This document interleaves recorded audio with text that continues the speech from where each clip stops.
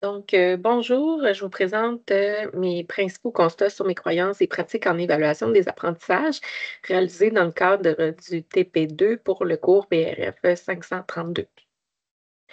J'ai rassemblé mes résultats au questionnaire de croyances et de pratiques en évaluation des apprentissages sous la forme d'un tableau que vous voyez à l'écran, ce qui permet de visuellement constater des éléments qui méritent de mon attention.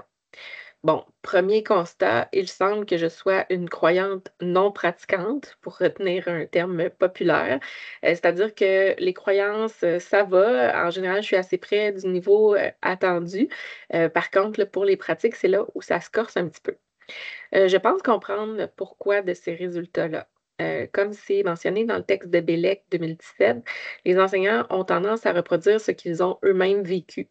C'est avec une attitude telle là, que je suis entrée comme enseignante au cégep il y a 5 ans.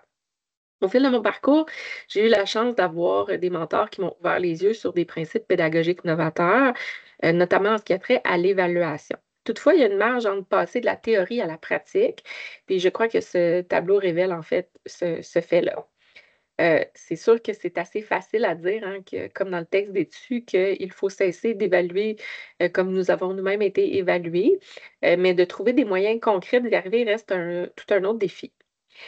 De plus, il y a encore une forte tension, par certains membres du corps professoral à maintenir l'évaluation traditionnelle, du moins dans notre équipe, sous la base, à mon avis, de fausses croyances qui sont, bien illustrées dans le questionnaire. D'ailleurs, en lisant le questionnaire, je croyais entendre là, certains de mes collègues de travail. C'est difficile pour un nouvel enseignant de confronter ces visions-là, hein, parce que les plans de cours, sont adoptés en département, donc les plans d'évaluation sont discutés en département et les choix doivent être défendus là, auprès des collègues. Et donc un nouvel enseignant peut avoir de la difficulté à confronter ces visions-là, par un manque de légitimité perçue, en lien avec le manque d'expérience ou le manque de formation en la matière.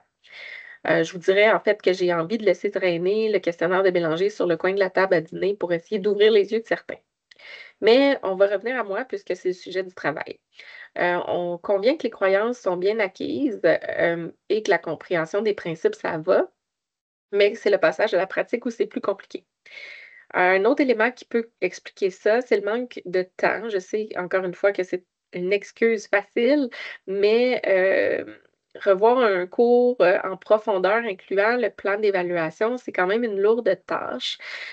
Puis depuis mon arrivée au cégep il y a 5 ans, j'ai pratiquement jamais donné 2 fois le même cours au complet, et depuis 2 ans, ma tâche s'est complexifiée par le rôle de coordonnatrice départementale et de programme, ce qui fait que les semaines passent vite et je vais choisir malheureusement parfois certains raccourcis, comme par exemple dans le cas du cours que j'ai analysé pour le travail, là, profession TEFIS, la grille d'évaluation, du cours, la planification des évaluations du cours, pardon, a été peu modifiée dans le temps.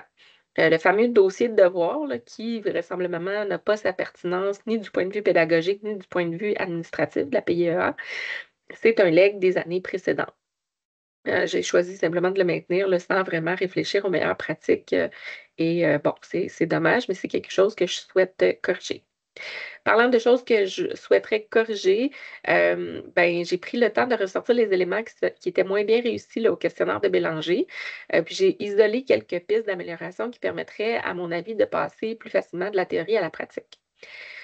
Globalement, ces idées-là concernent la rétroaction, surtout une rétroaction plus complète, qui permettrait aux étudiants, comme mentionné dans le texte d'études, de se situer par rapport au degré de compétences développées, puis de préciser ce qu'ils peuvent faire pour s'améliorer.